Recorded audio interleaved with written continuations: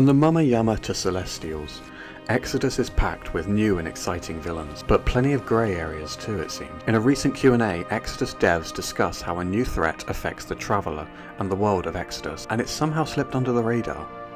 This wasn't your typical monthly Q&A either. Drew Karpyshyn, known for the Mass Effect trilogy writing, and Star Wars and Knights of the Old Republic, talks dynasties, and exactly how this shapes the world and the story. Travelers have a common overarching goal to elevate humanity.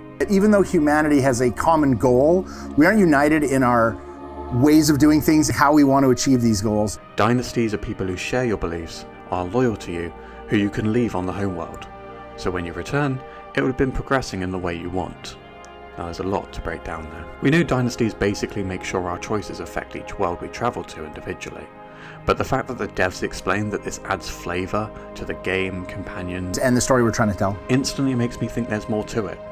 Especially when there are opposing dynasties at play. Exodus could do what Mass Effect 3 was trying to do even. The Elusive Man was supposed to make us consider control as an option for Mass Effect 3's ending. He was supposed to be almost like another dynasty with a goal that didn't quite align.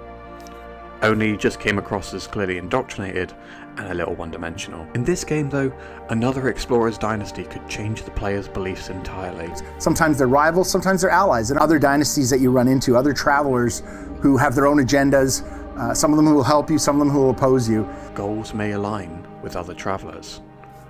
This will help us gradually form our own beliefs in the game, which will dictate how we play and interact with others. Cerberus was a separate human group as well, and was much more interesting in Mass Effect 2 when they were elusive and mysterious.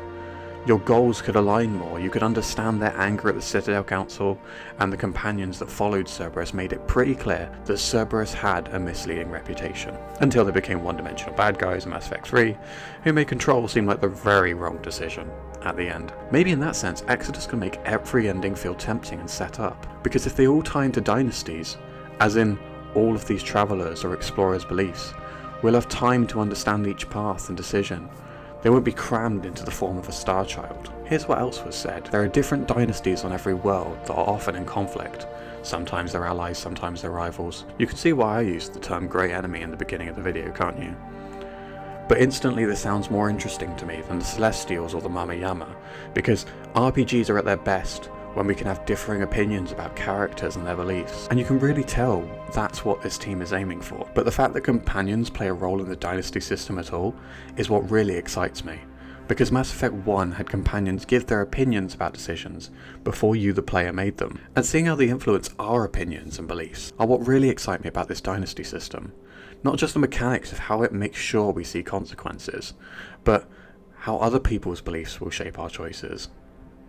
Are you excited for Exodus? Are you more interested in learning about the Celestials and their history on the player's homeworld?